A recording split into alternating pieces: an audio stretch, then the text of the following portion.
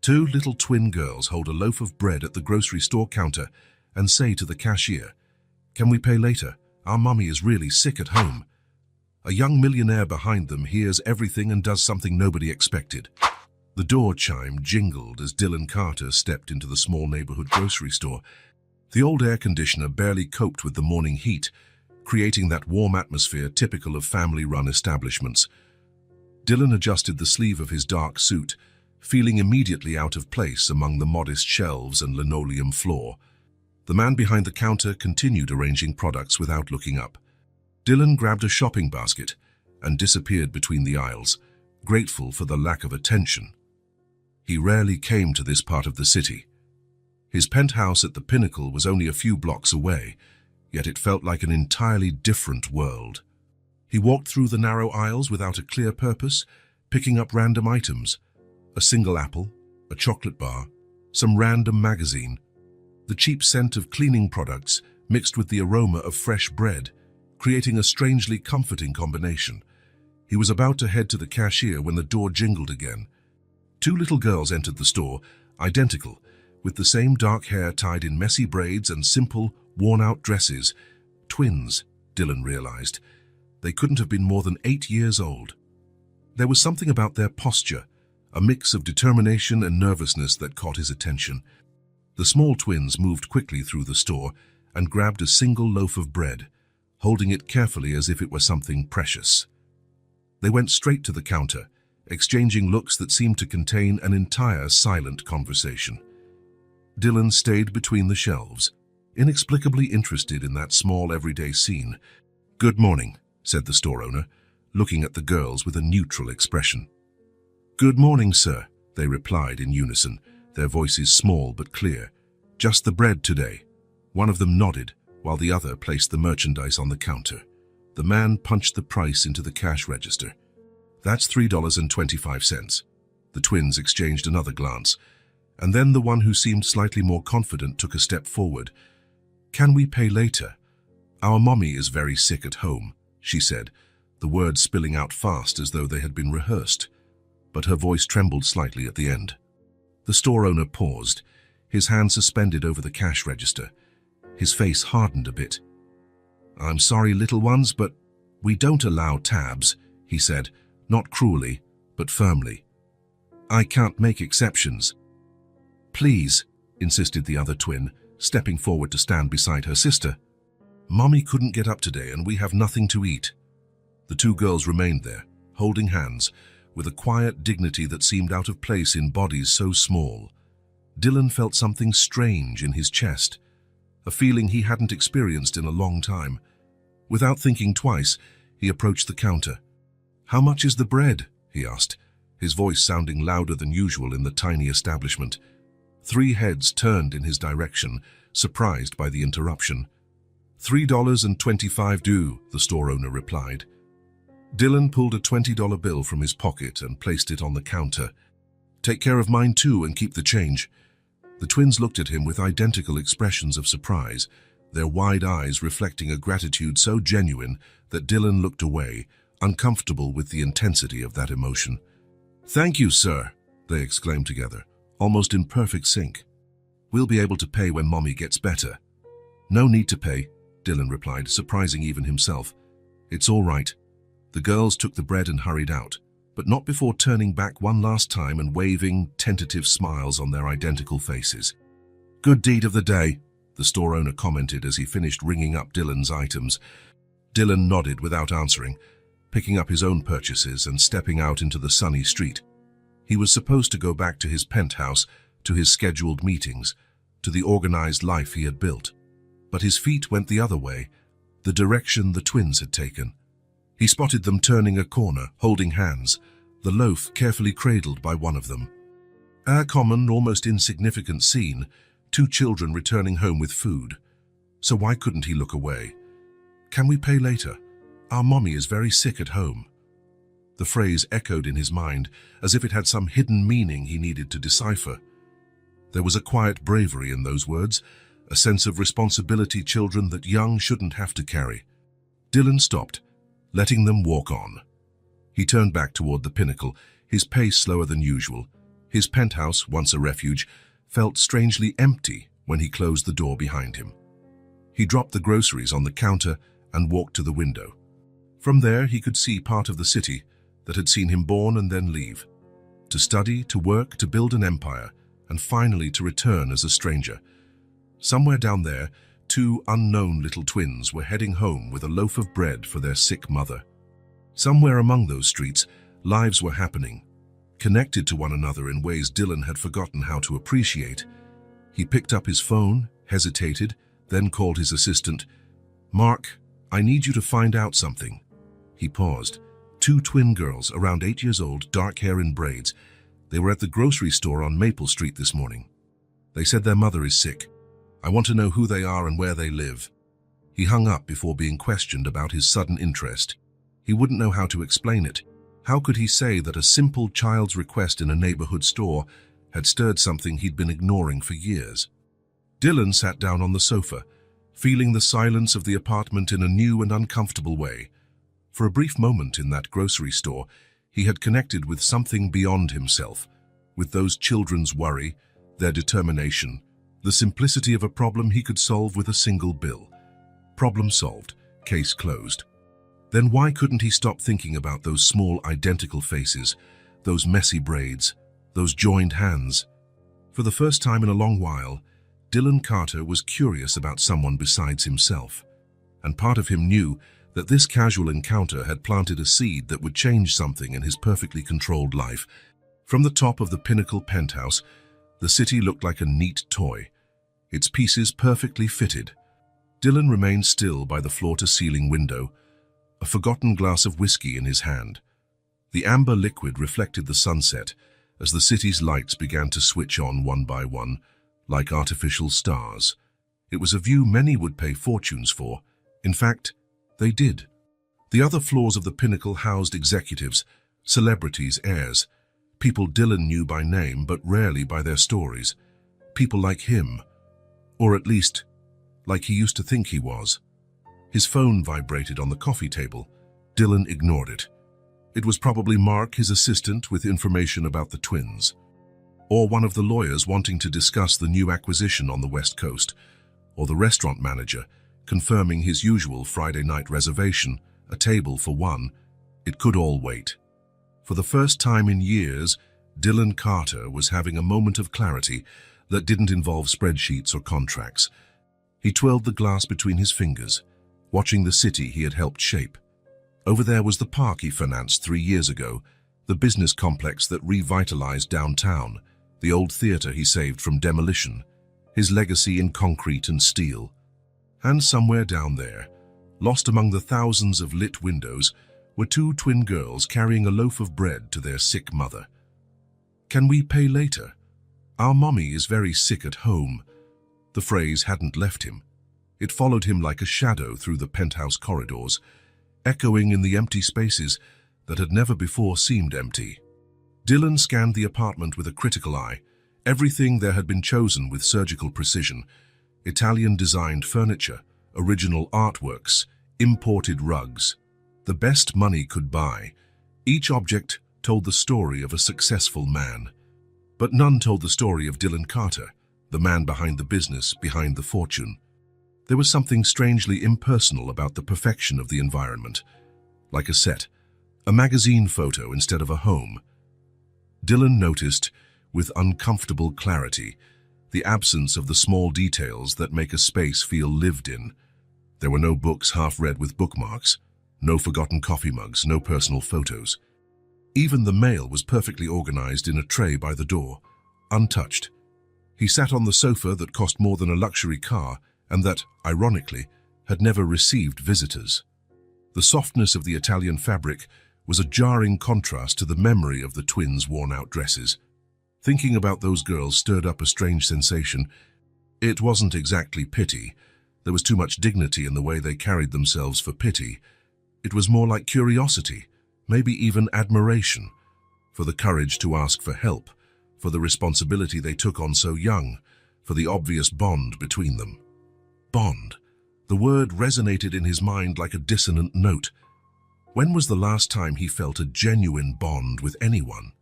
Not the transactional relationships that dominated his days, with partners, employees, occasional lovers who vanished before breakfast. A real connection, selfless, like what he had seen between those children, probably before he became Dylan Carter, the name that appeared in business magazines and billionaire lists. When he was just Dylan, the ambitious boy from a small town, determined to prove his worth. Back then, there were people in his life. Real people, not contacts in an electronic agenda or names on contracts. The phone vibrated again. This time, Dylan picked it up. A message from Mark. Found info about the twins, Sophie and Lila Thompson, 8 years old. Live in an apartment at 476 Elm Street. Single mother Clara Thompson diagnosed with... Dylan didn't need to read the rest. Now the girls had names, Sophie and Lila, and an address, a story forming. He placed the phone back on the table, restless. What did he intend to do with this information? Why did he care? A simple act of casual charity was one thing, paying for bread, leaving a generous tip, making anonymous donations. But this persistent interest was different, uncomfortably different. He walked over to the bar and refilled his glass. The drink went down warm, familiar, without offering the usual comfort.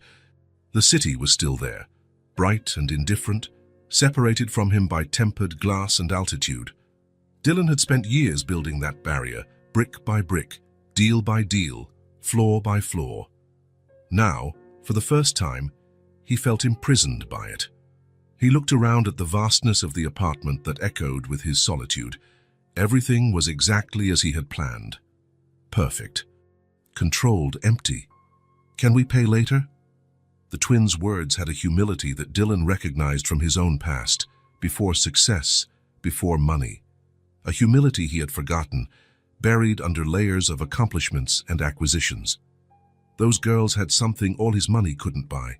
They had each other, and a mother they cared about so much that they endured the shame of asking. Dylan went back to the window, searching the urban landscape for some answer to the unease growing in his chest. The city, as always, remained beautiful and distant, like a lover who never fully surrenders. 5 years ago, he returned to this city like a conqueror, determined to leave his mark. And he had. His mark was there in the buildings he constructed, in the businesses he established. But something was missing. A puzzle piece he was only now realizing he'd lost. Maybe the true legacy wasn't in buildings or bank accounts. Maybe it was in simpler connections, like the trust between two sisters, the genuine look of gratitude, the small gesture of helping strangers. A dry laugh escaped his lips. He was becoming philosophical over a loaf of bread, a single loaf costing $3.25. But it wasn't about the bread, he realized. It was about the request, about the vulnerability of needing and the courage of asking. It was about connection, about human need, something he had forgotten how to feel long ago. Dylan finished his drink and placed the glass on the coffee table with sudden resolve. Tomorrow he would go to 476 Elm Street, not to interfere or intrude, just to observe, to understand. Why? He couldn't explain. Maybe because, for the first time in a long time, he felt something beyond the controlled boredom that dominated his days. Or maybe because he had glimpsed, in that brief meeting at the grocery store, something his glass and steel empire could never provide. From the perfect penthouse overlooking the city he had conquered, Dylan Carter finally admitted to himself he had built a whole world of things, but none of them was home. The grocery store looked different in the morning, busier, more real. Dylan adjusted his sunglasses and pushed open the door, making the chime jingle as it had the day before.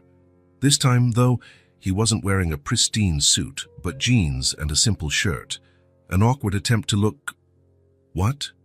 Normal? Less intimidating.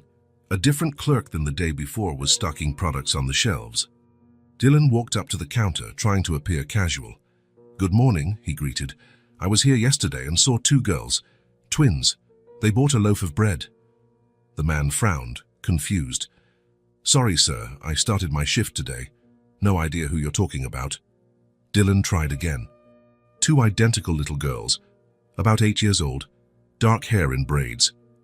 The clerk shrugged. Lots of kids come in and out. I don't really notice. Dylan thanked him and bought a bottle of water he didn't need. Frustration grew inside him, an unusual feeling for someone used to immediate answers. At the counter, he hesitated. The employee from yesterday, what time does he come back?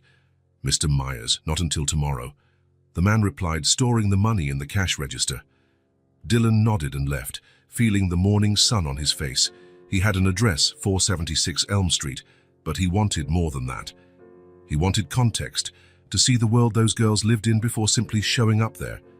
He decided to walk, to explore the streets of the city he had transformed with his investments, but rarely experienced up close. The sidewalks changed as he moved on without a set destination. The polished marble facades of upscale shops gave way to cracked concrete. Trendy cafes with outdoor seating were replaced by small eateries with plastic menus in the windows. The streets grew narrower, more crowded. Dylan passed unnoticed here. Just another man walking on a Thursday morning. He was used to being noticed, to having doors opened for him, to receiving practiced smiles of perfection. Invisibility was a strangely liberating sensation. On the corner, a man played saxophone, his open case at his feet, holding a few scattered coins. The improvised melody floated in the air, lulling the morning with its melancholic notes. Dylan stopped to listen, letting the music seep into places long silenced within him. When the saxophonist finished the song, Dylan placed a $20 bill in the case. The man nodded in thanks, with no clue who his anonymous benefactor was. Oh, pure gesture, with no expectation of recognition, unlike the substantial donations Dylan regularly made to institutions that put his name on gold plaques. He kept walking aimlessly, now more attentive to the city's details, the city he had helped shape, but rarely truly witnessed. A florist arranged buckets of flowers on the sidewalk, filling the air with sweet fragrances. A group of students laughed loudly outside a diner. An elderly couple strolled slowly, hand in hand, completely absorbed in each other. This bustling, vibrant, and imperfect city carried on every day while he watched from afar, from above, separated by glass and privilege. He passed an elementary school, the empty playground indicating classes were in session. Was that where the twins studied? Children in matching uniforms could be seen through classroom windows, small figures absorbed in lessons that would shape their futures. Dylan had never thought much about public education before. It was just another line in his taxes, another item on his annual charitable donations. Now, though, he looked at the modest building and saw lives being formed, opportunities being created or denied. In a small park nearby, he sat on a bench, watching a mother push a stroller while talking on her phone. The domesticity of the scene hit him unexpectedly hard. Ordinary lives connected, interdependent, so different from the isolated existence he had built for himself.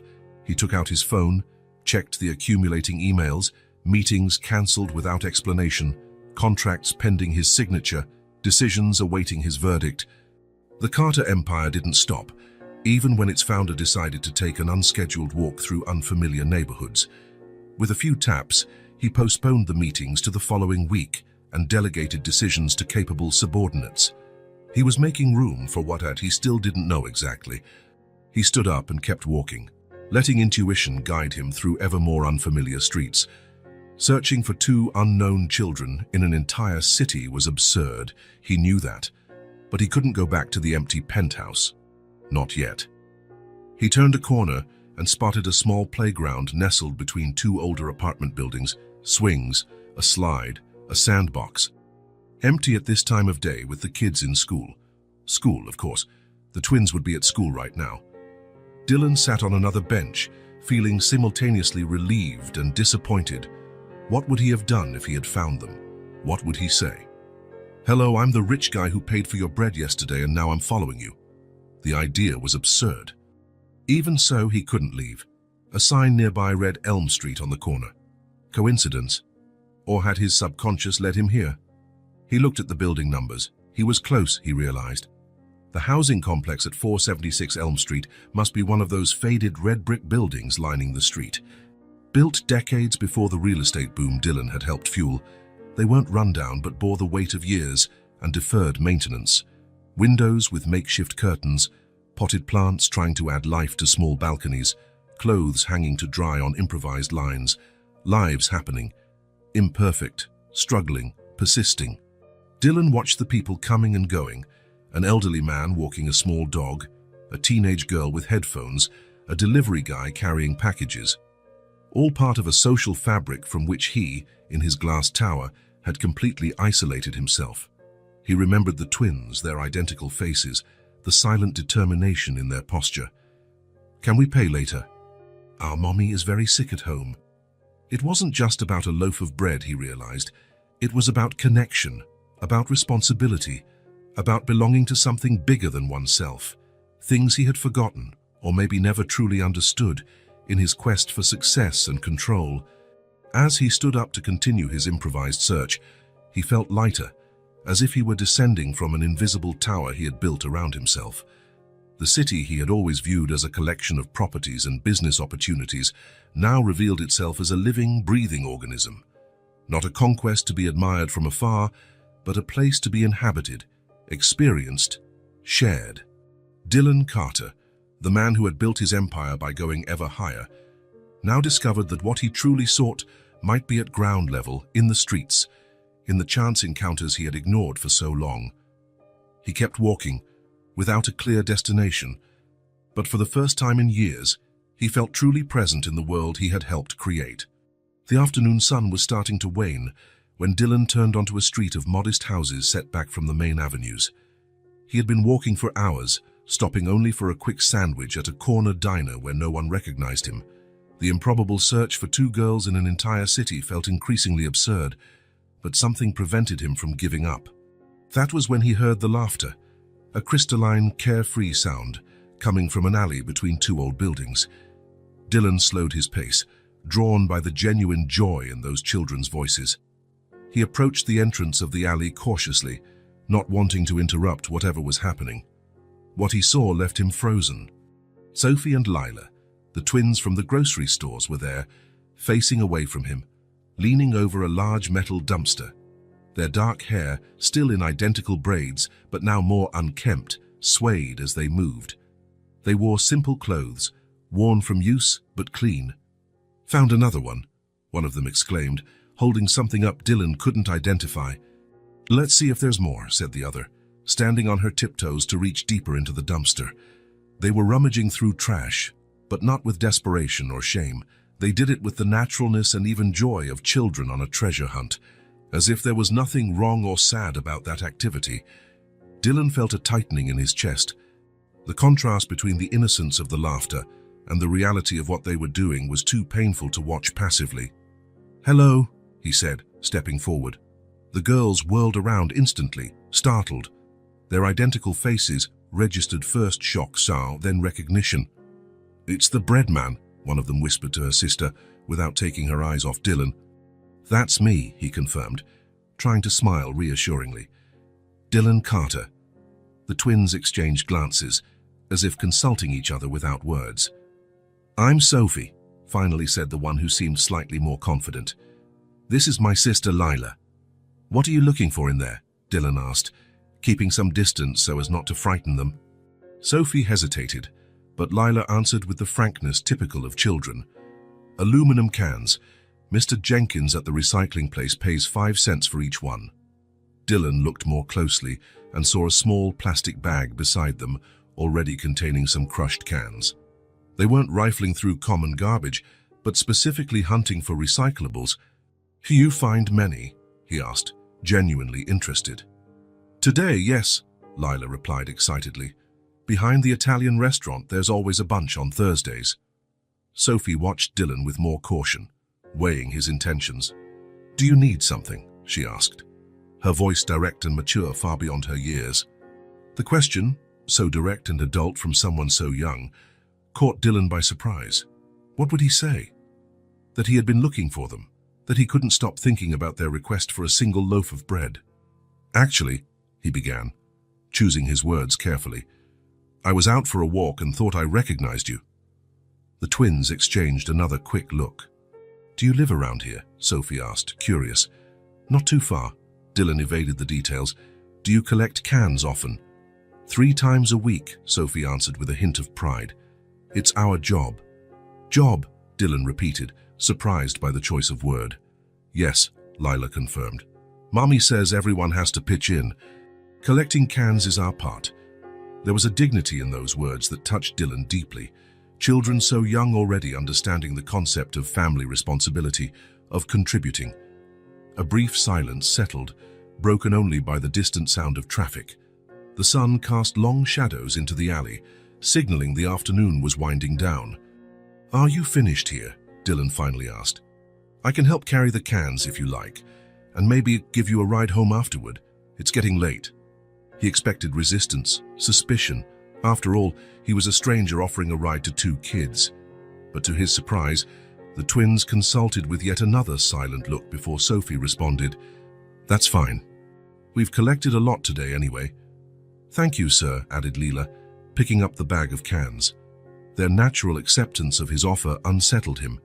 There wasn't the distrust you'd expect, and that would be healthy for children dealing with strangers. You shouldn't accept rides from people you barely know, he said, unable to contain his concern.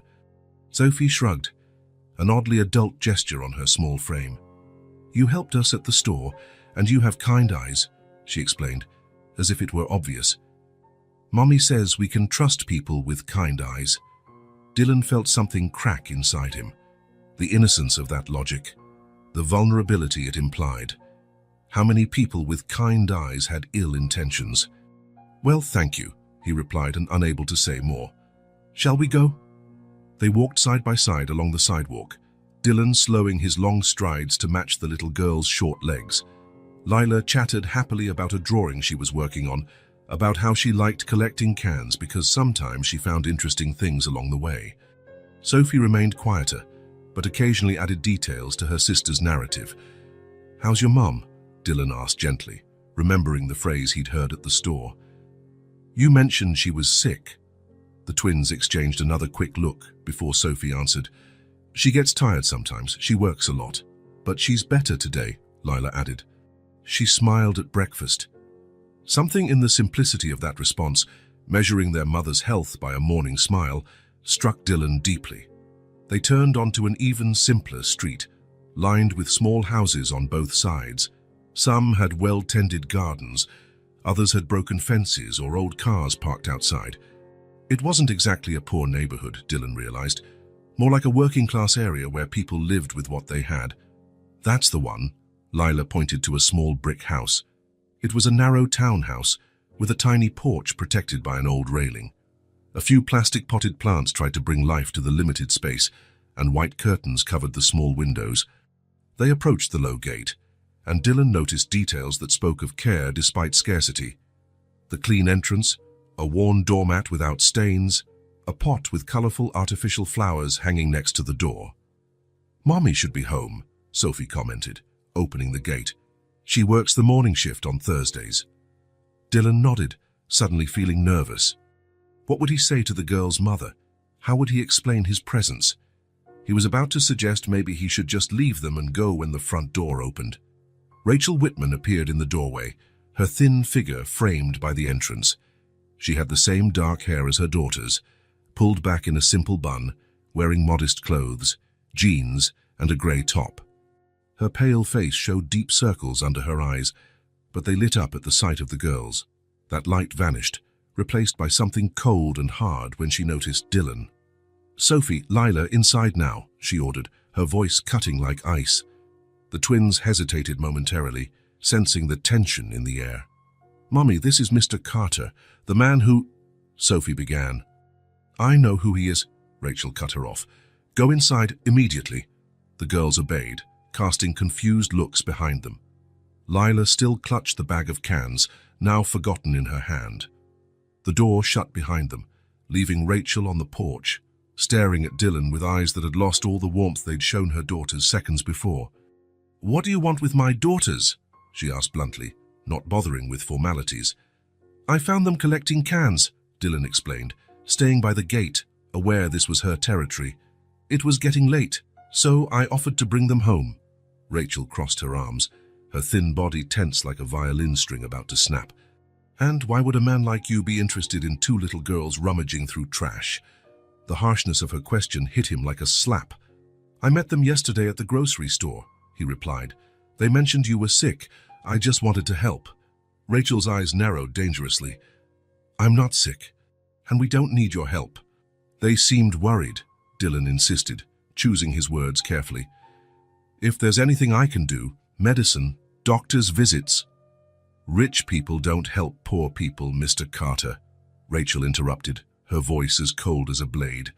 Not without wanting something in return. The bluntness of her statement hit him like a physical blow. He wanted to protest, to say he was genuinely concerned, that he had no ulterior motives, but the words died before reaching his lips. It's not like that, he managed finally. I just want to help. Your daughters are amazing, and if they're worried about your health— My health is none of your business, Rachel cut in, and my daughters are not your charity project of the day. Dylan took a deep breath, trying a different approach. I understand your distrust, Miss Whitman, but the girls said you were sick and needed help. If there's a medical issue, I could— The only issue here is you, standing on my doorstep, trying to buy what's not for sale, Rachel interrupted again. I don't need your fancy doctors or your pity. It's not pity, Dylan insisted. It's humanity. A bitter smile appeared on Rachel's lips. Humanity, she repeated, the word sounding like an insult. It's convenient to discover humanity when you have millions in the bank and nothing more interesting to do. Each word was spoken with calculated coldness, as if she had been saving this speech for a long time, waiting for the chance to use it.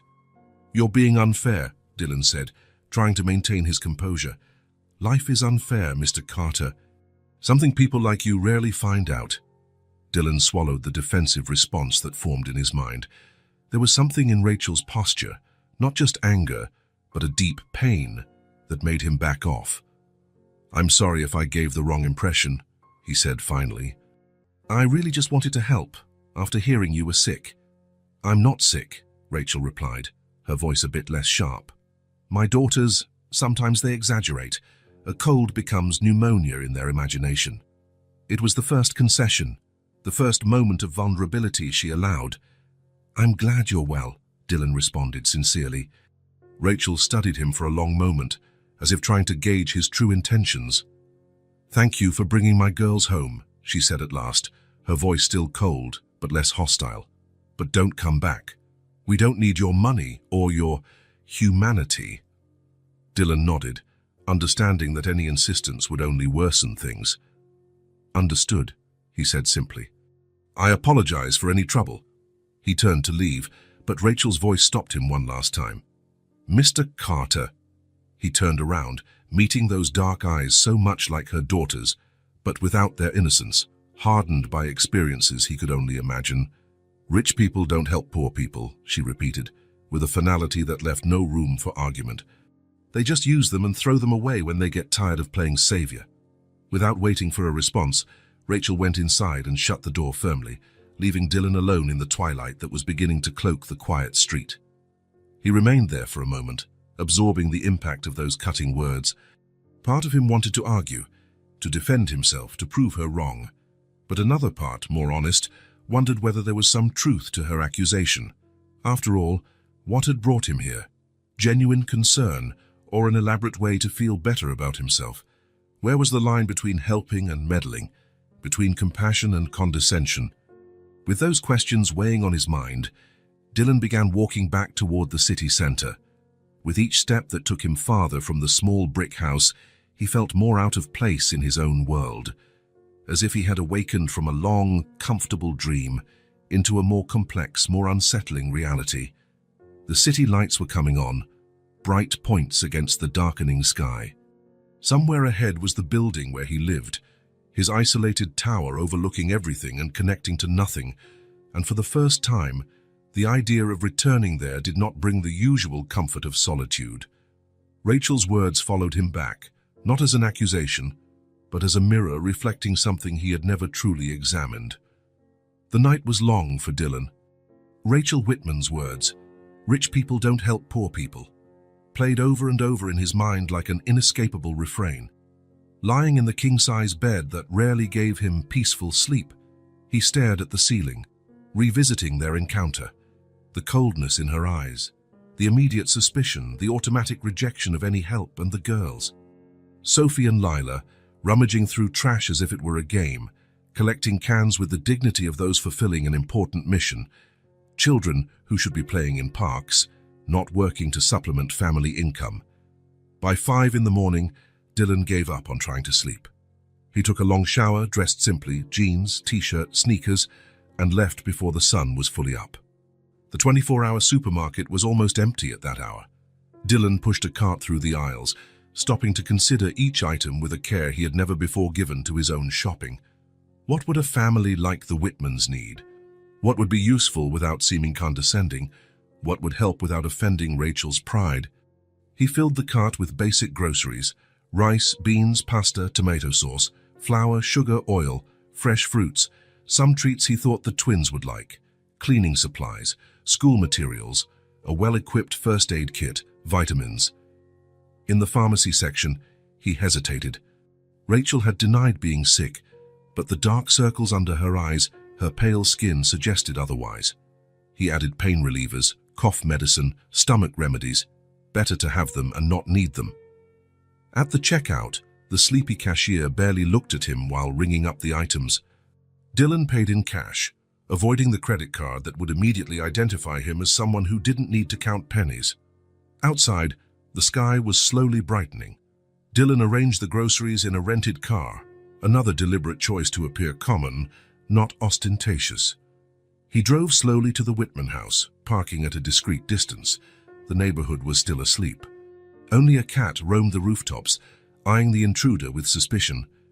Dylan carried the bags carefully to the small brick house. In the dim morning light, it looked even more modest.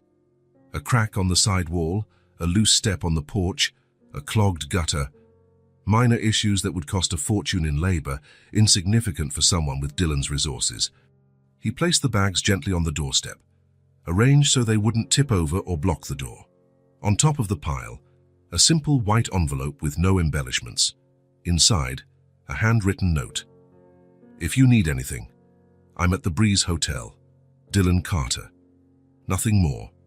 No elaborate message about charity or pity. No attempt to justify the gesture, just a name and a place. A possibility, not an imposition. He looked at the bags one last time, uncertain whether he was crossing some invisible line of dignity Rachel had drawn. But then he remembered the twins, their small hands digging through trash, their genuine smiles despite everything. Some lines might need to be crossed. He walked away quickly, not looking back, not waiting to see their reaction. This wasn't a gesture that demanded witnesses or thanks. It was simply something he felt compelled to do, like answering a call he hadn't realized he was hearing. Rachel Whitman woke to the alarm. 6:30, like every day. 15 minutes before the twins, enough time to prepare breakfast before dropping them off at the neighbor's house so she could work. She rubbed her tired eyes. The persistent headache was still there, as it had been for months, but today it felt slightly less severe. Maybe she was finally getting better. She slipped on a worn robe over her nightgown, put on slippers, and walked to the kitchen. She set water to boil, mentally counting how much coffee was left, probably enough for 2 more days. Then she'd have to choose between coffee or milk for the girls. The budget didn't allow both. She glanced through the kitchen window at the morning sky. Another day, another battle. 8 hours standing behind a store counter, then 4 hours cleaning an office downtown. If all went well, she might be home by 9 at night, in time to tuck the twins in. She was about to open the front door to check the weather when she saw shapes through the frosted glass, something on the porch. Her heart sped up instinctively. Eviction notices sometimes came like that, left surreptitiously at dawn to avoid confrontations. She opened the door slowly, bracing for the worst. Bags, several of them, carefully arranged. Through the plastic, she could see groceries, cleaning supplies, even what looked like a first aid kit, and on top, a white envelope. Rachel looked up and down the empty street, searching for whoever had left them. But she knew, even before opening the envelope, Who had done it? The man from the day before, Dylan Carter. She picked up the note, reading the simple message. No demands, no condescending tone, just information. Where to find him, if she wanted. Her first instinct was to reject everything. To push the bags away, leave them on the curb for anyone else to take. Pride was often the only thing that couldn't be taken from her. But then she thought of the twins, of the constant struggle to keep food on the table, of the headache medicine she'd run out of last week, which she couldn't afford to replace until the next paycheck. With a heavy sigh, Rachel began carrying the bags inside one by one. There was more than she'd initially realized. Enough food for weeks. School materials the girls needed, but she'd postponed buying. Medicines, exactly the kind she often used. In the last bag, something unexpected. 2 small identical brown teddy bears with blue bows around their necks. Gifts for Sophie and Lila, carefully chosen so they wouldn't fight over different designs. Rachel sat down at the kitchen chair, surrounded by the bags, the note still in her hand. Tears threatened to form, but she held them back as she had learned to do for years. It was easy to refuse help when it came with conditions, expectations, humiliation. It was harder when it appeared quietly, respecting her dignity with no audience to applaud the benefactor. "Mommy," Sophie's sleepy voice came from the hallway. "What's all this?" Rachel quickly tucked the note into her robe pocket. "Just some things we needed," she answered vaguely. "Let's put them away before breakfast, okay?" While they arranged the items in the nearly empty cupboards, Rachel thought about the note hidden in her pocket. She wouldn't throw it away, nor would she use it, not yet, not as long as she could manage on her own, but she'd keep it, like an emergency key, not certain she'd need it, but aware she might someday. "Breeze Hotel," she murmured to herself while the twins excitedly discussed their new teddy bears. An address now committed to memory, even if she never planned to use it. 3 days passed since Rachel found the bags at her door. 3 days in which she tried to ignore the persistent headache that now spread through her entire body, weighing down her muscles like lead. 3 days pretending she was fine, that it was just fatigue and would pass with a good night's sleep, something she never really got. On the morning of the 4th day, Rachel woke up trembling. The alarm hadn't even gone off, but something was wrong. Very wrong. The room spun when she tried to sit up. Her skin, normally pale, was burning as if on fire.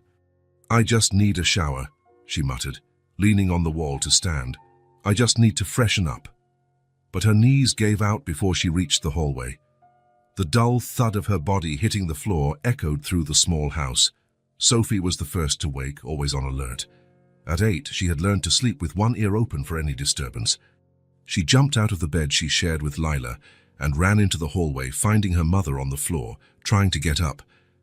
"Mommy," she cried, running to help. "What happened?" "Nothing," Rachel tried to smile, but the effort became a grimace of pain. "I just tripped. Help me up, sweetheart." Sophie tried, but Rachel was too heavy for her thin arms. Lila appeared sleepily at the bedroom door, rubbing her eyes. "Is Mommy sick?" she asked, her small voice full of fear. "No," Rachel insisted, though her body betrayed her words. "I'm just a bit dizzy. If you help me back to bed." The twins stood on either side, their small bodies straining to lift their mother. They managed to drag her back to the bed, where she collapsed, exhausted. Sophie touched her mother's forehead and quickly pulled her hand away, alarmed by the heat. "You're burning up, Mommy. It's a fever." "Just a little one," Rachel mumbled, her eyes heavy. "Go, get yourselves ready, Mrs. Jenkins." "We're not leaving today," Sophie declared, with a firmness that left no room for debate. "We're going to take care of you." Rachel wanted to protest, but the words tangled in her feverish mind. Her eyes closed against her will. "Mommy?" Lila's voice trembled. "Mommy, wake up!" "She's just sleeping," Sophie reassured her sister, though she wasn't certain herself. "Let's get cold water and cloths, like she does when we're sick." The twins worked together with the efficiency born of necessity. They filled a basin with cold tap water, found clean cloths in the kitchen drawer, and went back to the bedroom, placing compresses on their mother's burning forehead and changing them whenever they grew warm. The day wore on. Rachel's fever didn't break. Around noon, she started mumbling incoherent words, her body alternating between violent chills and profuse sweating. "She's getting worse," Lila said, tears shining in her eyes. "I'm scared, Sophie."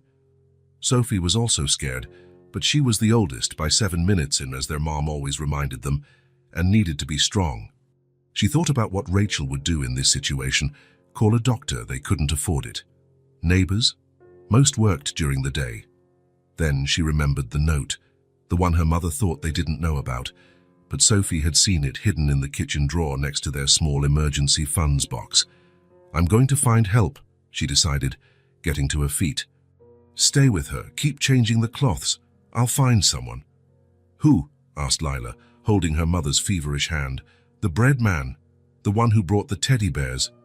Lila's eyes widened. "Mommy said not to talk to him." "Mommy is really sick," Sophie replied, already heading to the kitchen. "And he has kind eyes, remember?" She found the card exactly where she expected, grabbed it and shoved it into her pocket.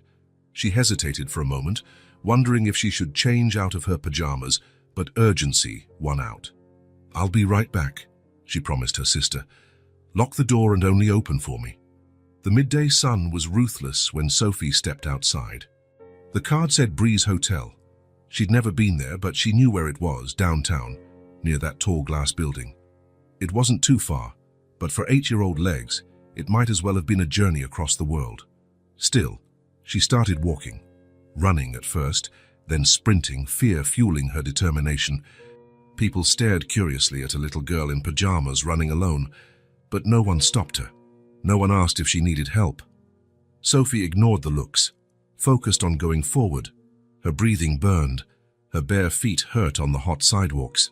But she didn't slow down. Mommy needed help. Nothing else mattered. Dylan was in the lobby of the Breeze Hotel, about to head to a meeting, when he noticed a commotion near the revolving door. Employees had gathered, whispering and pointing to someone, or something, that had just come in. That was when he saw her. Sophie, still in pajamas, hair disheveled, feet dirty, face flushed with tears and sweat. She looked lost and desperate in the luxurious reception area. "Sophie!" Dylan crossed the lobby in long strides, kneeling in front of her. "What happened? Where's your sister?" "Mommy," Sophie choked out between sobs. "Mommy's really bad." The fear in the little girl's eyes was palpable, raw. Dylan felt his chest tighten. "Is she home?" "Lila's with her." Sophie nodded, unable to speak more. She held out the crumpled card to Dylan, as if that explained her presence and her boldness in seeking him out. "Let's go," he said, scooping her up without hesitation. "My car's outside." Ignoring the curious stares of other guests, Dylan carried Sophie to the parking lot. He gently placed her in the passenger seat, fastening her seatbelt. "Everything will be okay," he promised, trying to sound more confident than he felt. "We're going to get your mom right now." The drive to the Whitman's house never felt so long. Sophie gave directions in short, halting sentences between sobs. Her worry for her mother was so tangible. Dylan could almost touch it in the car's confines. When they arrived, Lila was at the door, hopping from foot to foot in anxiety at the sight of the car. She ran to them before Dylan even cut the engine. "She won't wake up properly," Lila sobbed, clinging to Dylan's hand as soon as he got out. "She tries to talk, but it doesn't make sense." Dylan followed the twins inside their modest home. The contrast between the hotel's luxury and this simple place was never so stark and so irrelevant. In the small bedroom, Rachel lay on the bed, covered despite the heat, her body visibly shaking. Warm, damp cloths dotted around her head. Her face, normally pale, was flushed and covered in sweat. "Rachel," Dylan called softly, stepping closer. "Can you hear me?" Her eyes opened briefly, unfocused. "The girls," she murmured. "Take care." "They're fine," he reassured her, touching her forehead. The heat radiating from her was alarming. "I'm here to help. I'm taking you to the hospital." A feeble protest died on Rachel's lips as another wave of shivers racked her body. Dylan wasted no more time. Carefully, he wrapped her in the sheets and lifted her into his arms. Grab your teddy bears, he told the twins, who watched in fear. And anything else you want to bring. We might be out for a while. While the girls ran off to gather their belongings, Dylan carried Rachel to the car, settling her gently in the back seat. Her body felt too light, he realized grimly, like she had been wasting away for some time. Sophie and Lila returned quickly, each holding a small backpack and clutching their teddy bears to their chests. Get in, Dylan instructed, and buckle up. On the drive to the hospital, he made several calls, activating contacts to ensure there would be no wait or red tape upon arrival. The Carter name opened doors, and for once, Dylan felt genuinely grateful for that power. When they got to the ER, a team was already waiting. Rachel was swiftly transferred to a stretcher and taken inside, leaving Dylan with two scared little girls clinging to his legs. "Where are they taking Mommy?" Lila asked, tears rolling down her cheeks. "To take care of her," Dylan explained, kneeling to their level. "The doctors will make her better." "Is she going to die?" Sophie asked in a whisper, carrying the weight of a deep and familiar fear. "No," Dylan answered firmly. "She won't, I promise." A promise he had no right to make, but felt compelled to offer. The twins looked at him with that mix of distrust and hope only children can express, wanting to believe, but already learning that adults can't always keep promises. They were taken to a waiting room, quieter than the main area but still public. Dylan sat on one of the blue vinyl couches, the twins immediately settling on either side of him, as if afraid to be apart. "I'm hungry," Lila murmured, after almost an hour of silent waiting. Dylan realized that in the middle of the emergency, no one had thought about food. What time was it? It was already past 3. They probably hadn't had lunch.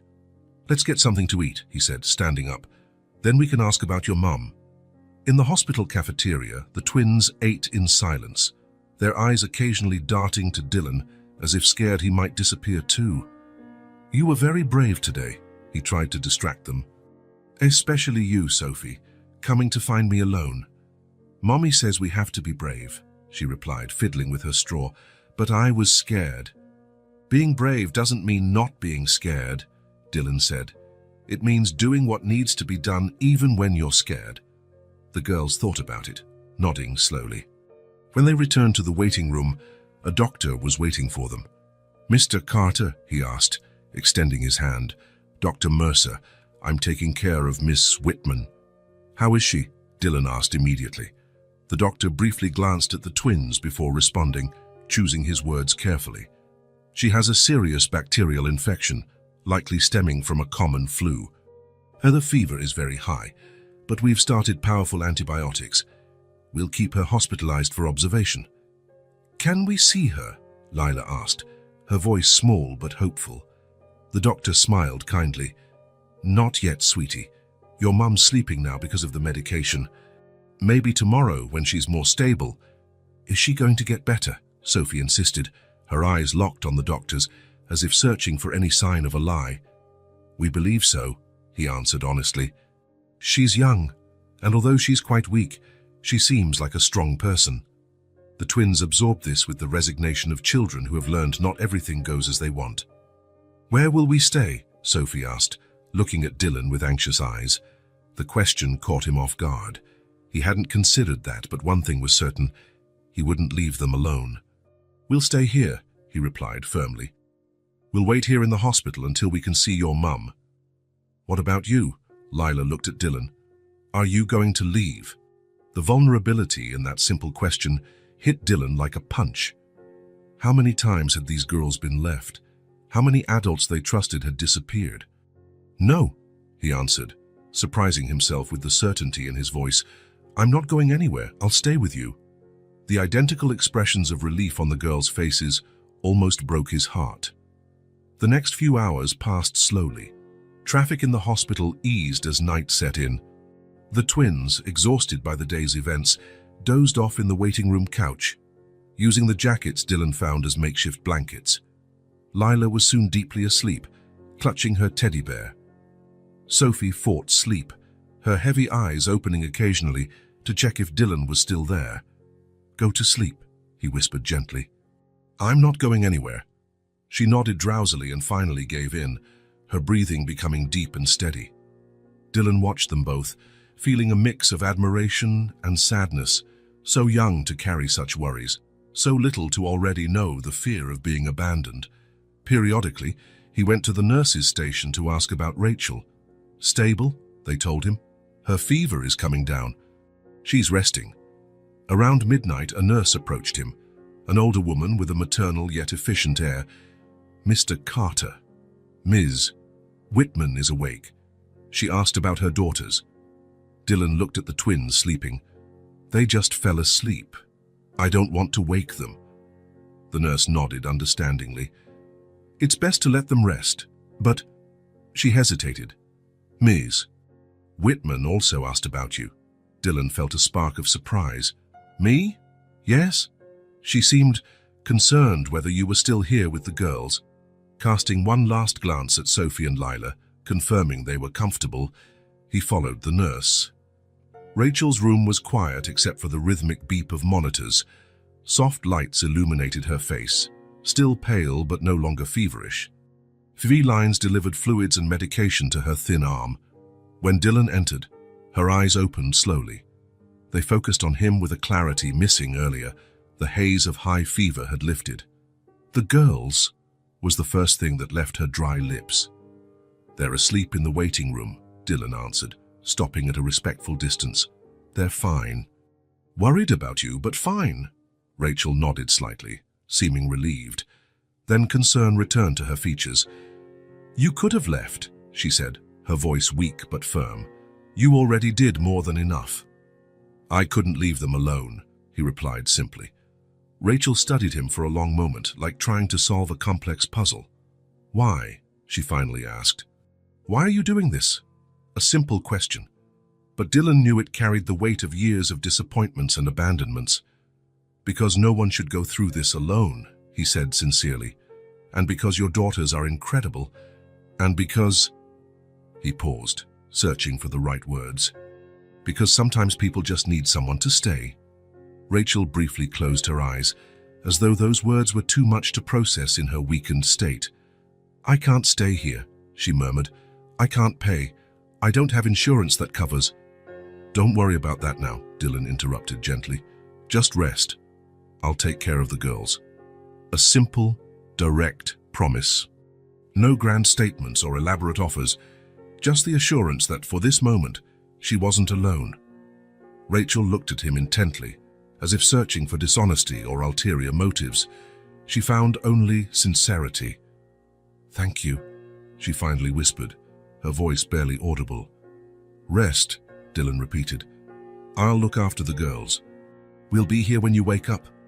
She nodded, eyes already closing, the exhaustion and medication pulling her back to the sleep she desperately needed.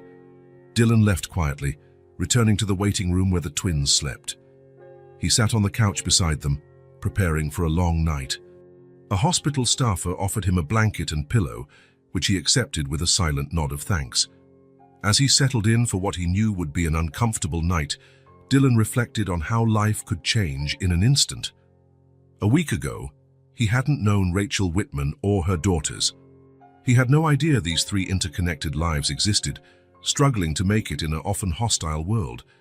Now he was here, in a hospital waiting room, watching over two little girls who trusted him enough to sleep at his side. Bound to a promise he made to a woman who, until recently, saw him with suspicion and resentment. Life was strange, unpredictable. The twins stirred in their sleep, Sophie muttering something unintelligible. Dylan adjusted the blanket over them, more gently than he ever thought himself capable of.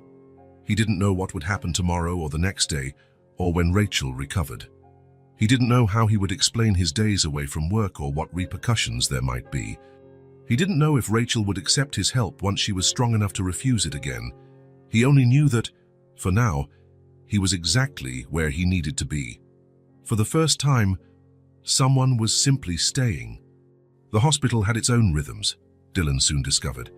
The organized rush of mornings when doctors made their rounds, the relative calm of afternoons when visitors filled hallways with hushed voices and careful steps, the peculiar stillness of nights broken only by nurses' murmurs and the constant beep of monitors. After 3 days, Rachel was moved to a regular room. Her body responded well to antibiotics, the fever finally under control, though weakness lingered. The doctors mentioned discharging her soon if she kept improving. Dylan established a routine. In the mornings, he handled the most urgent business matters by phone or email, giving precise instructions to his assistants. Early in the afternoon, he arrived at the hospital with something in hand: a book for the twins, a simple bouquet for Rachel's room, or food better than cafeteria fare. The girls waited for him with growing anticipation, stationed by the door or at the window overlooking the corridor, alert at any sign of his arrival. "Dylan!" Lila would inevitably shout upon seeing him, running to him, all initial reserve forgotten. Sophie maintained a bit more composure, waiting for him to enter before hugging him, but hug him she did, her small body pressing against him in a gesture of newfound trust. Rachel watched these interactions from her bed, her expression carefully neutral. At first there was tension in her eyes, as if she expected everything to turn out a sham. But as days passed, that tension yielded to something harder to name. Not quite trust, but perhaps a temporary suspension of distrust. One day, Dylan brought a board game, something simple enough for 8-year-olds. "I've never played this," Sophie admitted, examining the colorful pieces. "I'll teach you," Dylan offered, sitting on the small space at the foot of Rachel's bed. "It's not hard." The twins settled in next to their mother, who shifted slightly to give them room, suppressing a small grimace of pain, though not quickly enough to escape Dylan's notice. "Should we play at the table?" he suggested, concerned. "Give you more space to rest." "I'm fine," Rachel replied, her first voluntary contribution to the conversation since he arrived. "I'd like to watch the game too." That simple sentence, an admission that she wanted to participate, even as a spectator, felt like a small victory. Dylan offered a brief smile and started explaining the rules. The game progressed with the twins' laughter and Rachel's occasional comments, usually helping her daughters with strategies or reminding them of rules they'd just learned. It was almost a normal family scene, were it not for the hospital setting and the complicated story that had brought them there. At some point, when Sophie cheered for a particularly good move, Dylan caught Rachel watching him, not the twins, but him. There was no hostility in her gaze, only a sort of silent assessment. When their eyes met, she did not immediately look away, as she would have days before. She held his gaze for a few seconds, then turned back to the game.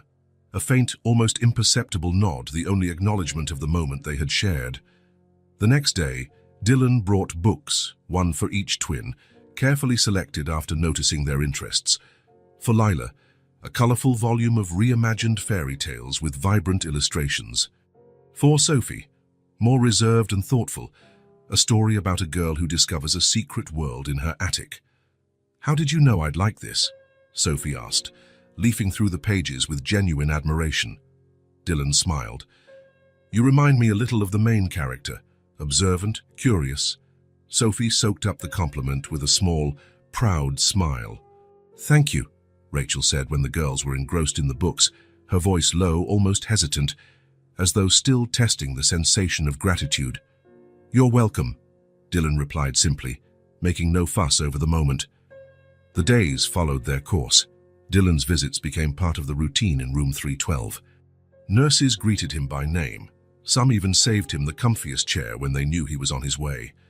One afternoon, he brought his laptop, and at the twins' request, showed them photos of places he had visited: snow-covered mountains, white sand beaches, ancient cities with fairy tale architecture.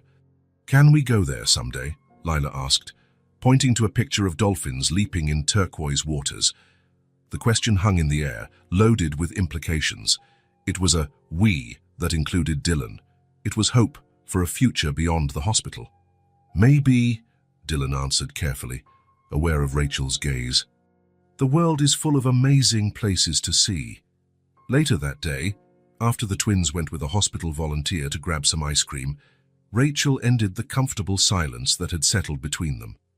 "You don't have to answer their questions about the future," she said, her voice holding more resignation than bitterness. "They're kids. They don't understand how things work." Dylan considered his words before replying, "And how do things work, Rachel?" She looked away, toward the window, where afternoon light cast patterns on the linoleum floor. "People help when it's convenient. Then they go on with their lives." The simplicity of that statement, the calm certainty of someone who knows the pain of abandonment, cut Dylan deeply. "Not always," he said. Rachel didn't argue, but her silence spoke volumes of skepticism. When the twins returned, carrying an extra ice cream for Dylan, "We chose chocolate because everyone likes chocolate," the conversation was left hanging. On the eve of her discharge, Dylan arrived earlier than usual. He found Rachel sitting on the edge of the bed, trying to fold the few clothes they had brought from home. "Let me help," he offered, moving forward to pick up one of Lila's small t-shirts. Surprisingly, Rachel didn't protest. She simply moved aside, making room for him to sit. They folded clothes together in silence, while the twins colored activity books a nurse had given them. "Thank you," Rachel said softly after a few minutes. "Not just for this." "For Vitas," she gestured vaguely, as if trying to encompass everything. The hospital, caring for the girls, being constantly there. "You're welcome," Dylan said, understanding all that was left unsaid. As he was about to leave later that night, Rachel did something unexpected. She reached out and briefly touched his arm, the most direct physical contact she had ever initiated. "See you tomorrow," she said, not as a question, but not entirely as a statement. There was a disguised vulnerability, a hesitant invitation. "See you tomorrow," Dylan confirmed. On his way back to the hotel, he realized he was smiling for no apparent reason. Something was shifting slowly and silently, like tectonic plates moving imperceptibly beneath the Earth's surface. Bonds were forming, invisible yet undeniable. Between two people destiny had placed in separate worlds, and between one lonely man and two little girls who, without knowing, were filling a void he hadn't known existed. The day of Rachel's discharge arrived with unexpectedly strong sunshine for that time of year. Dylan parked in front of the hospital at exactly 10 in the morning, as agreed. In the back seat of his car were two child safety seats he had bought the night before. In room 312, he found the twins ready, backpacks on their shoulders, teddy bears clutched firmly in their small hands. Rachel sat at the edge of the bed, wearing her own clothes instead of a hospital gown, simple jeans and a faded blue blouse. She looked thinner than before, Dylan noted, the clothes slightly loose on her frame. "All set?" he asked, trying to keep his tone light. Rachel nodded, visibly uncomfortable. Not in physical pain, Dylan realized, but with the situation. Dependence, needing to accept help. "The girls are really excited to go home," she replied, sidestepping a direct answer.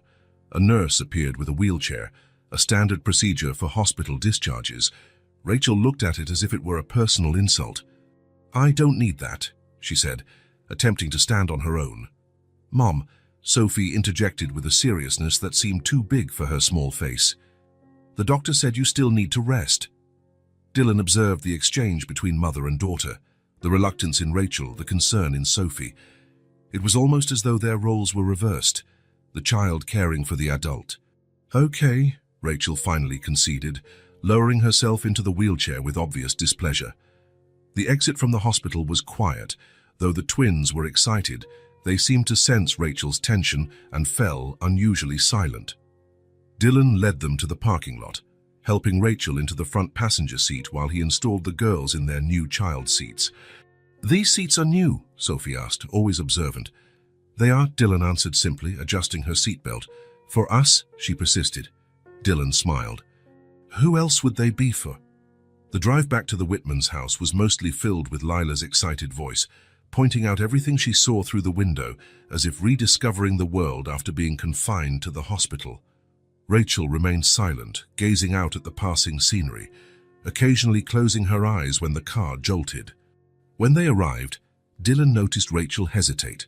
Her house, once a refuge, now presented a physical challenge, steps to climb, meals to cook, responsibilities to resume. "I'll help you settle in," he offered in a casual tone, as though it were the most natural thing. Rachel didn't immediately respond, her gaze fixed on the small brick structure. All right, she said finally, and Dylan understood how much that simple agreement cost her. The twins ran ahead, eager to see their home again. Dylan offered his arm to Rachel to help her up the entrance steps. After a moment's hesitation, she accepted. Her touch was light, just enough to keep balance, but Dylan sensed the symbolic weight of the gesture. The house was exactly as they'd left it days before. Small, modest, but impeccably clean and organized. The bags of groceries Dylan had brought before Rachel's hospitalization were still partially visible in the kitchen cabinet. "I'll fix us something to eat," Dylan decided, heading to the kitchen naturally. Rachel followed, lightly supporting herself on the furniture as she moved. "You don't have to," she said, but without her usual firmness. "I know," he replied, already opening the fridge to see what was available. "But I want to." The twins entered the kitchen, having already dropped their backpack somewhere else in the house. There was something comforting in the ease with which they resumed their routine, as if the hospital days had been just a brief interruption. "Can I help?" Sophie offered, stepping closer to Dylan. "Me too," Lila added, not wanting to be left out. "Sure," Dylan smiled. "Sophie, could you grab the plates?" Lila, the forks and knives. Watching her daughters eagerly take on tasks, Rachel sat at the small kitchen table. Something in her expression, a mix of gratitude and apprehension, made it clear she was witnessing something both precious and perilous. Lunch was simple: sandwiches, soup heated up, some fruit. They ate together, the twins keeping the conversation lively with hospital stories, kind nurses and cafeteria ice cream. After the meal, Dylan insisted Rachel rest. She didn't fight it too much. The fatigue from the ride home and the emotional stress were evident. The twins, for their part, were too excited, showing Dylan every corner of the house, their favorite toys, books, pictures taped to their bedroom walls. When the sun began to set, Dylan prepared a light dinner. He called the girls to help set the table again, creating a sense of normalcy and routine. Rachel reappeared, looking a bit more rested. There was something different in her demeanor, a quiet resolve, like she had made a decision during her nap. After dinner, while the twins went to brush their teeth and get ready for bed, Rachel and Dylan were left alone in the small living room. The silence between them was no longer as uncomfortable as in the early days, but it still carried an undefined weight. "I don't understand," Rachel finally said, her voice low, almost to herself. "Why you keep coming here?" It wasn't exactly a question, but Dylan sensed it deserved an answer. "Because I want to help," he said simply. Rachel shook her head slightly. "No one helps without a reason." There was a sad certainty in her words, clearly born of painful experiences. "What would my reason be then?" Dylan asked softly. Rachel raised her eyes to meet his directly. "That's what I'm trying to figure out." Another silence descended, heavier than the last. Dylan didn't try to fill it, respecting Rachel's process. "I used to work in a mansion," she said abruptly, her voice surprisingly steady. "Before the girls were born. Housekeeper, cook is whatever they needed. The family was wealthy, powerful. The youngest son—" She paused and taking a deep breath. "When I got pregnant, they fired me. No warning, no references, nothing. Threw me out. Like trash that could stain their reputation." Dylan remained still, aware of the privilege it was to hear this story, aware of how much it cost Rachel to share it. "I'd tried to sue, got threatened. Lawyers, intimidation." A bitter smile curved her lips. "I learned quickly how the world works. Ever since, I've learned to survive, alone." The last word carried so much weight, so many untold stories. Alone, even with 2 daughters to raise. Alone against a system that favored the powerful. Alone in her distrust of any offered help. "And then you show up," she went on, studying Dylan's reaction. "Rich, generous, interested in the girls. And I wonder, what do you want in return?"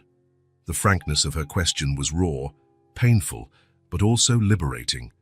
Everything was finally on the table. "I didn't come here to save you, Rachel," Dylan answered after a moment. "I'm not here to be a hero or to feel better about myself."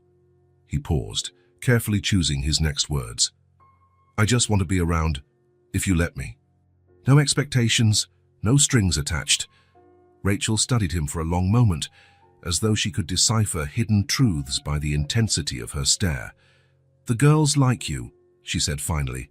"I like them," Dylan replied sincerely. "They're extraordinary kids."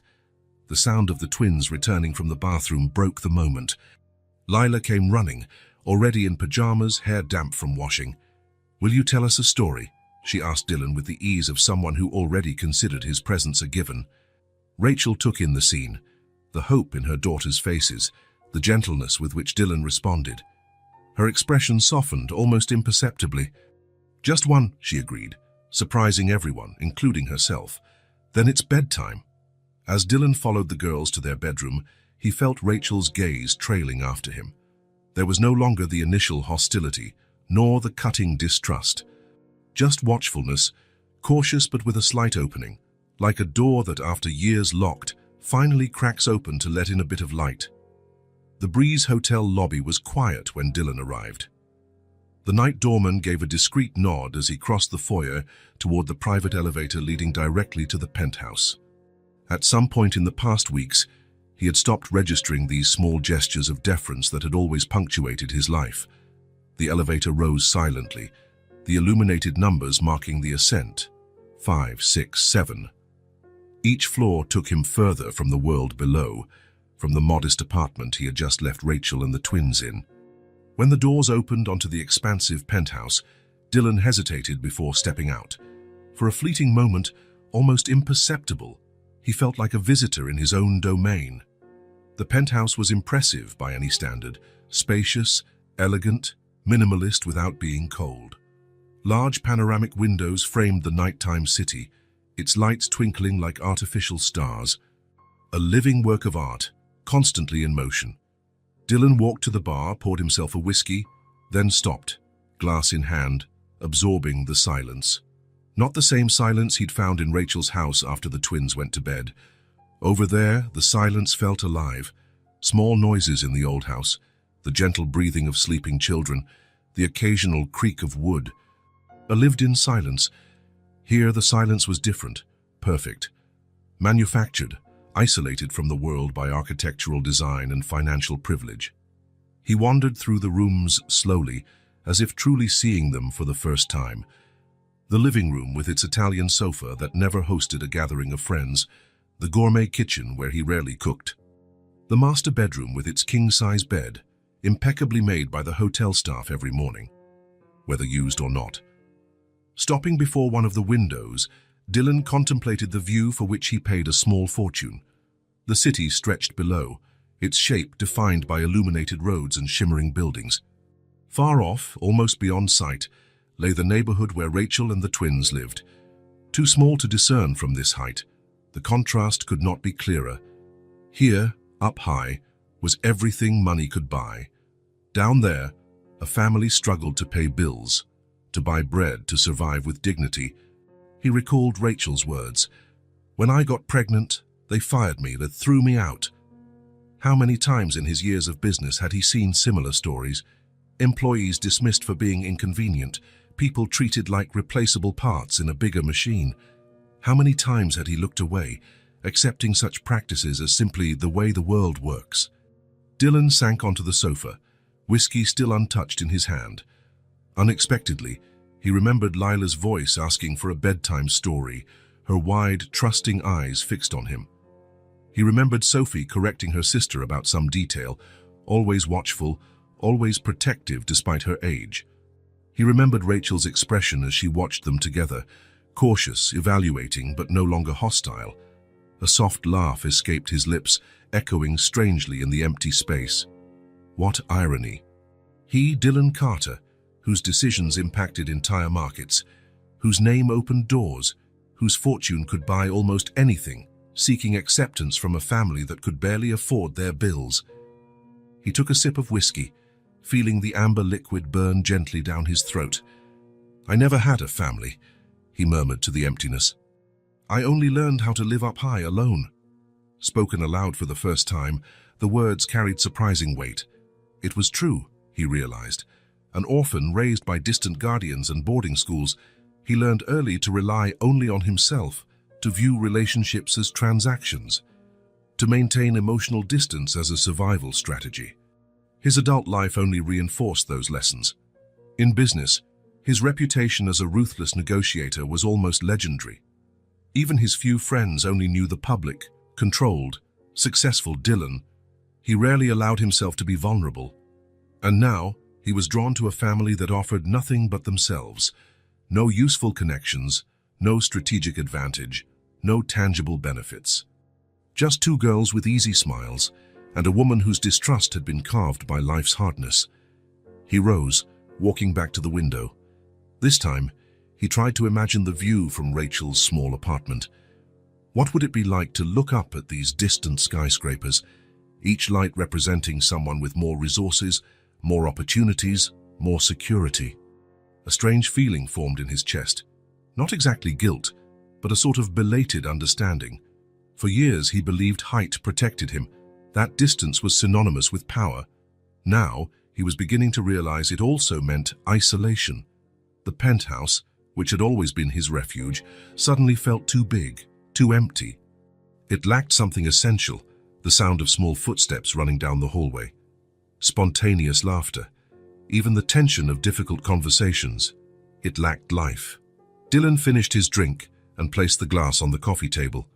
Tomorrow he would go back. He'd bring something for dinner, maybe help the twins with some task. Maybe Rachel would let him stay a bit longer. Maybe, with time, he could prove that not every rich man threw people away when they became inconvenient. It was a modest beginning, without big promises or dramatic proclamations, just a quiet decision to keep showing up, to keep being there. He headed to the bedroom, unbuttoning his shirt as he walked. The silence followed him, as it always did. But for the first time in a long while, he wasn't at peace with it. For the first time, the silence felt less like a luxury and more like an absence. In the king-size bed, lying alone under the high ceiling, Dylan stayed awake for a long time. His thoughts drifted through the city, descending from the luxurious hotel to the small apartment where 3 people slept, a family united by bonds no amount of money could buy. The digital glow of the bedside clock marked the slow passage of hours. 2 in the morning. 3. Eventually, the city lights began to go out, one by one. Dylan watched that slow darkening, thinking how the most important lights, those hidden in small houses, in genuine smiles, in hard-won gestures of trust, couldn't be seen from his privileged viewpoint. He finally closed his eyes, letting the penthouse silence envelop him. Tomorrow he would go down again. Tomorrow, for a few hours, he would trade all this silent luxury for the noisy chaos of a small apartment, where for the first time in many years, he did not feel alone. A week passed since Rachel's return home from the hospital. Dylan kept his word, stopping by daily with groceries or ready-made meals, helping with small household tasks, and spending time with the twins. The initial tension had eased into an almost comfortable routine, though there were still hesitant moments from both sides. That Saturday morning, Dylan arrived earlier than usual. He carried only a thin folder under his arm, instead of his usual shopping bags. Rachel noticed the difference immediately when she opened the door. "Good morning," he greeted, a subtle formality in his tone that hadn't been there before. "Good morning," Rachel answered, stepping aside to let him in. Her gaze briefly rested on the folder, but she didn't ask about it. The twins were still asleep, taking advantage of the weekend's freedom. The house was quiet, bathed in the gentle morning light filtering through the thin curtains. "Coffee?" Rachel offered, heading to the kitchen. Her mobility had improved greatly, though she still moved carefully. "Thank you," Dylan accepted, following her. The small kitchen, with its worn floor but spotless cleanliness, had become the scene of many cautious conversations in recent weeks. It was where Rachel felt most comfortable, her domain, her place. While she prepared coffee in the old machine, Dylan sat at the round table, placing the folder carefully at his side. The silence between them wasn't awkward, but it carried a certain expectancy.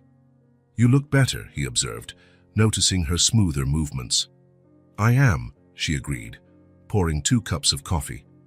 The medicine helped. It was safe small talk, but both knew he hadn't come this early. folder in hand just for that. Rachel sat opposite him, hands around her coffee cup as if seeking warmth. Her eyes finally settled on the folder. "You have something to tell me," she stated, not as a question. Dylan nodded, taking a sip of coffee before answering. "There's a position open at the Breeze Hotel's laundry," he said directly. "Steady, secure. With health benefits." He paused, gauging her reaction. "It's not charity, it's your choice." Rachel went still, her eyes locked on the coffee cup. Dylan could almost see the battle on her face, distrust versus need, pride versus pragmatism. "Why?" she finally asked, looking up. "Because you deserve a fresh start," he answered simply. "Because you're qualified. Because you need stability." Rachel shook her head slightly, not in refusal but as if trying to sort through her thoughts. "You own the hotel," she said without accusation, just stating a fact. "People will talk." "I'm one of the investors," Dylan corrected gently. "I'm not involved in daily operations. The hiring decision would be up to Margaret, the HR manager. She needs someone reliable and efficient." Rachel stood abruptly, moving to the kitchen window. Outside, the small backyard basked in the morning sun. She stood there for a moment, back to Dylan. "I already have 2 jobs," she said distantly. "The store and the cleaning job at the office." "I know. I barely see the girls." "I know that too." Rachel turned slowly, her expression a complex blend of emotions. "How much does it pay?" she asked. "Practical?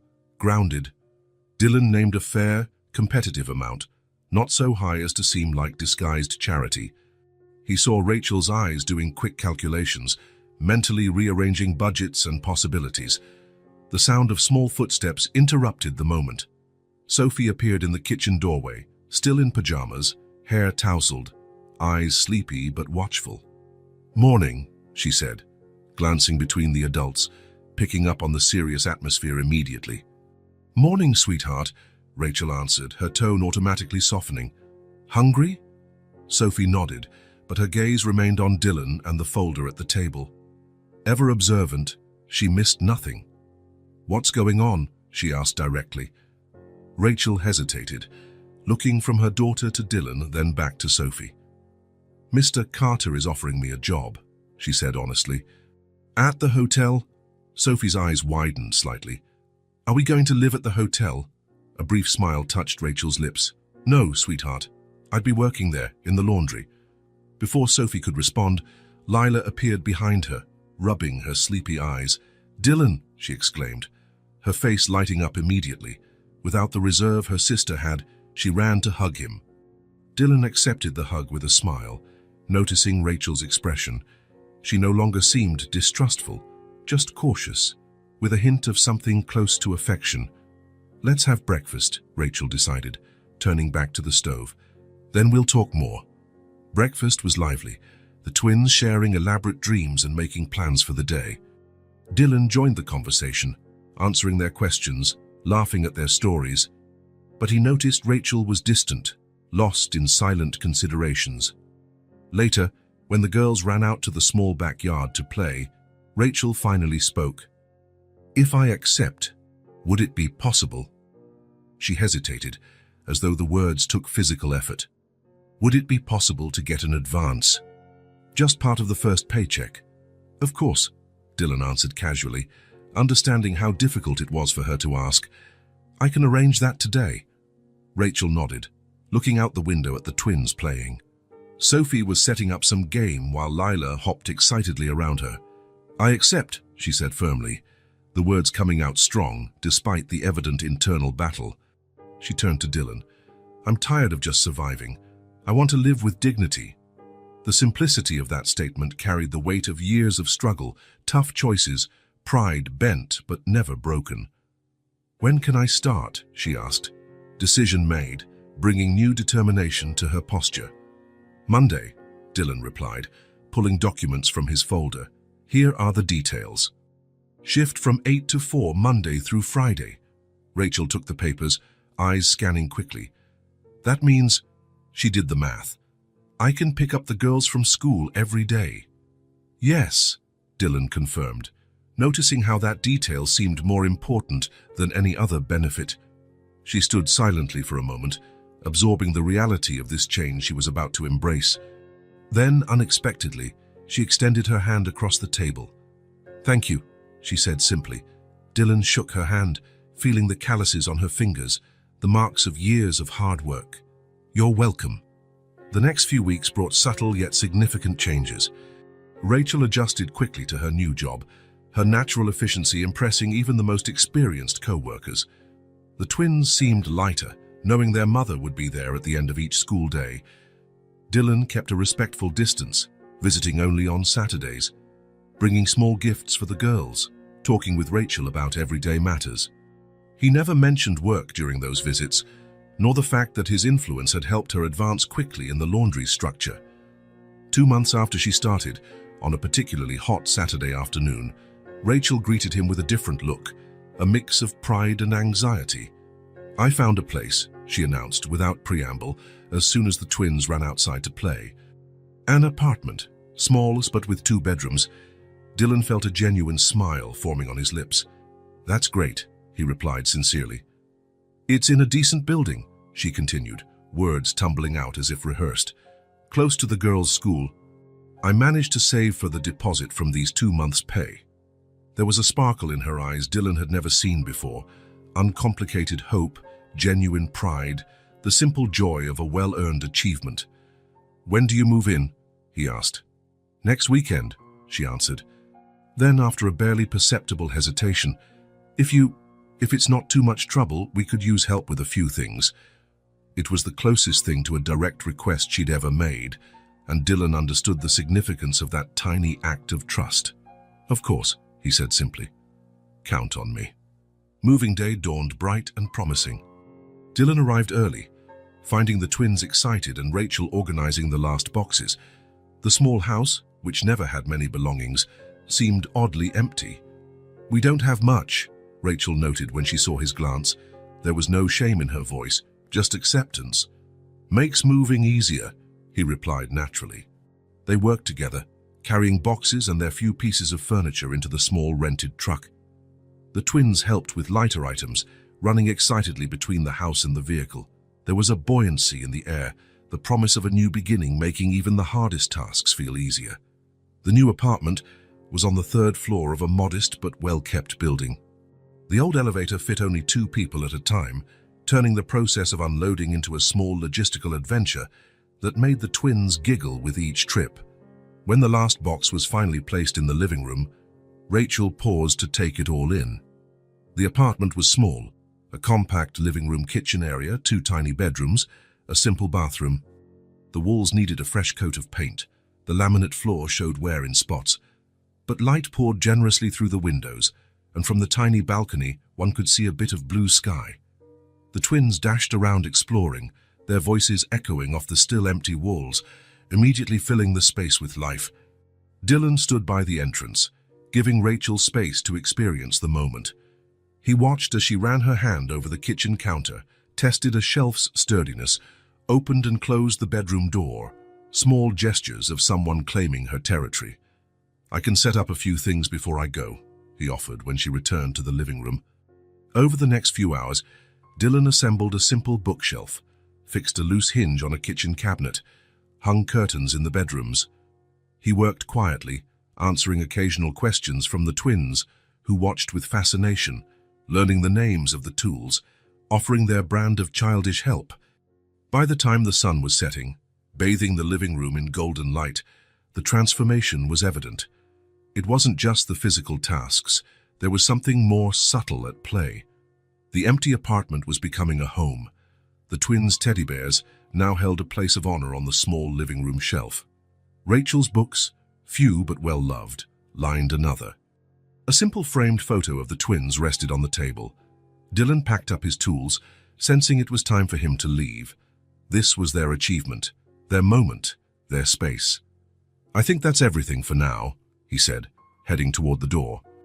Rachel walked him out while the twins continued excitedly unpacking their childhood treasures. Shells from some outing, colored stones, carefully saved drawings. The corridor outside was quiet. Only a distant radio from a neighbor's apartment broke the silence. "You don't know how much this means to us," Rachel said, her voice low but resolute, gesturing around as if indicating not just the apartment, but everything, the job, the help, the constant presence. Dylan smiled, offering no verbal reply, sensing that any words would diminish the moment. He simply nodded, acknowledging the weight of her statement. For a moment, he stood there, gazing past Rachel into the apartment. The twins had returned to the living room, unpacking a box of small childlike treasures. Rachel turned to look as well, seeing the same scene. It was just a start, Dylan knew. There were still many challenges ahead, many unmet needs, a lot of history to overcome. But in that moment, watching them create a home, he felt certain he had contributed to something valuable, not with money or power, but with presence and respect. With a final wave, he turned and walked down the corridor, leaving them to their first night in the new place.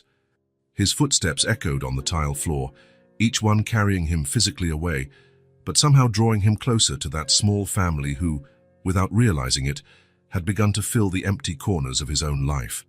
Autumn had arrived, painting the city's trees in shades of red and gold. Mornings brought that peculiar mist soon burned off by the sun, leaving the air crisp and fresh. Dylan woke early, as he did every Sunday. The routine was almost a ritual now, getting up before 7, taking a long shower, dressing in simple but well-kept clothes, then heading downstairs to the bakery near the hotel. "The usual Mr. Carter?" asked the baker, already bagging a batch of freshly baked artisanal bread still warm from the oven. "Yes, please.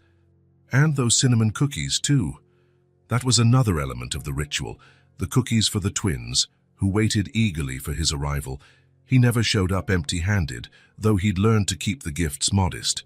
It wasn't about buying affection, he realized months ago. It was about consistency, the commitment to always be there, even if just with simple gestures. The building where Rachel and the girls lived wasn't anything remarkable. 3 floors of modest apartments, a facade needing new paint, a small communal garden that various tenants tended with varying degrees of care. But to Dylan, the simplicity had its own kind of beauty, beyond anything a luxury hotel could offer. He took the stairs instead of the elevator, another habit picked up since Sophie declared, "Stairs are more fun than those boring boxes that go up." On the 3rd floor, he paused briefly to adjust the bag of bread and cookies before knocking softly on door 304. He didn't have to wait long. The door opened almost immediately, revealing Lila in cloud-patterned pajamas, hair still rumpled, face bright with a smile. "Dylan!" she shouted, as if his arrival was always a delightful surprise despite its weekly regularity. "Sophie, he's here!" Sophie appeared right behind her sister, more composed but just as pleased. "Did you bring the bread?" she asked, ever practical. "And cookies," he replied, handing over the bag into their eager hands. The living room kitchen area was flooded with gentle morning light. In the past few months, the space had changed considerably. It was still small, still simple, but now carried the distinct personality of its occupants in every detail. Colorful cushions on the small sofa, handmade by Rachel during her downtime. The twins' drawings framed in inexpensive but well-chosen frames, plants in various stages of growth, a new hobby Rachel had taken up. "Good morning," Rachel greeted from the kitchen where she was making coffee. Her hair was in a casual bun, a few strands framing her face. She wore sweatpants and a simple t-shirt, Sunday clothes, comfortable clothes. "Morning," Dylan replied, noticing how different she looked now, not just physically, although the deep circles under her eyes were gone and her features seemed softer. It was in her posture, her movements. The constant tension she once carried had been replaced by a calm born of not having to fight daily, just to survive. "Coffee's almost ready," she said, with that half-smile that had become more frequent in recent months. The twins had already placed the bread on the table and were carefully retrieving the cookies. This too had become part of the Sunday ritual, setting the table for breakfast. Lila laid out napkins, always folded in different shapes, her creativity blossoming with new security. Sophie organized plates and utensils with precision, double-checking everything was in its right place. Dylan took his usual spot, not a chair, but sitting on the rug by the window, leaning against the small sofa, There were only 4 chairs, and though Rachel insisted he could take one, he preferred that corner. From there, he could see the entire living area, watch the sunbeams on the walls, and feel part of the space without overtaking it. Rachel brought over the coffee in simple glass cups, no matching mugs, no fine china. She handed one to Dylan, their fingers briefly touching in the exchange. "Thank you," he murmured, accepting the warm drink. The aroma of coffee mixed with the fresh bread, creating that particular Sunday morning scent, now etched into his memory. The twins sat on the rug beside him, forming a small informal circle. Rachel joined them after a few minutes, bringing her own mug and a plate of sliced bread. "How was your week?" Dylan asked, though he already knew bits of it from casual phone calls throughout the days. "Sophie won the spelling bee," Lila announced proudly before her sister could answer. "It wasn't a big deal," Sophie mumbled, though her flushing cheeks betrayed her pride. "It was," Rachel corrected gently. "The teacher said it was the highest score in 5 years." Dylan smiled at Sophie. "Congratulations. That calls for a special celebration." "We already celebrated," Lila informed. "Mom made a cake, and we saved you a slice," Sophie added, standing to fetch it from the fridge. This was the new normal, small inclusions, simple gestures that made him part of their routine, part of their celebrations, part of their lives. It wasn't discussed or formalized. It just happened organically, like water finding its course. Sunday breakfast stretched on lazily, as it always did. No one had to rush, no one had appointments. The twins shared school stories. Rachel talked about her plants finally flowering, and Dylan told a funny anecdote about an eccentric hotel guest. Laughter filled the small apartment, making it feel bigger, more expansive. Later, at the nearby park, Dylan and Rachel sat on a bench under a broad tree, watching the twins chase soap bubbles. "I never imagined this," Rachel said quietly after a few minutes, gazing at her daughters, who laughed as they ran after the shimmering bubbles. "What?" Dylan asked. "This peaceful Sundays, not having to count coins for every meal. Seeing the girls just being kids, not tiny adults worrying." There was a contained emotion in her voice that Dylan rarely heard, vulnerability Rachel generally kept under tight control. "They're extraordinary children," he replied, watching Sophie help a younger kid climb the slide. "They are," Rachel agreed, a gentle smile curving her lips. "Much stronger than they should ever need to be." Another comfortable silence fell between them. In the distance, Lila waved enthusiastically, showing them how high she could swing. "You know," Rachel said, her gaze still on her daughters, "when you showed up that day at the grocery store, I thought you were just another rich guy trying to feel good about himself." Dylan said nothing, letting her continue. "Then, when you left the groceries at the door, I still thought it was something temporary, that you'd get bored and move on." She turned to face him. "But you stayed." The simplicity of that statement carried enormous weight. In the months following her hospital stay, Sunday after Sunday, Dylan had simply stayed. No big declarations, no promises, just present, consistent, reliable. "You all stayed too," he replied softly. On the walk back to the apartment, with the sun beginning its descent, Dylan observed the 3 walking ahead of him, Rachel in the middle, a twin on each side, hands joined, forming an unbreakable unit. He trailed behind a few steps, part of the group, yet respecting the sacred bond among them. Back at the small apartment, while Rachel prepared a simple dinner and the twins showed Dylan their latest school projects, he reflected on how his life had changed. He still lived in a luxury hotel, still ran his businesses, still frequented the same elite circles, but the most vital part of his existence was here, in this modest apartment, sitting on the floor among children's drawings. He hadn't saved them, he realized. In truth, they had saved something within him. Something he hadn't known was lost until he found it in them. Those 3 lives, connected by bonds no adversity could break, had shown him what really mattered. And so he stayed. One Sunday, much like any other, sitting on the floor of a small apartment with coffee in a simple glass cup and crumbs of fresh bread on the table, Dylan Carter finally discovered where love truly lived. Not in the heights that isolated him from the world, but on the ground close to the people who had become his real home. If this story touched your heart, Subscribe to the channel and turn on notifications so you don't miss the next ones. Leave a like because it helps this story get recommended to more people. See you in the next story.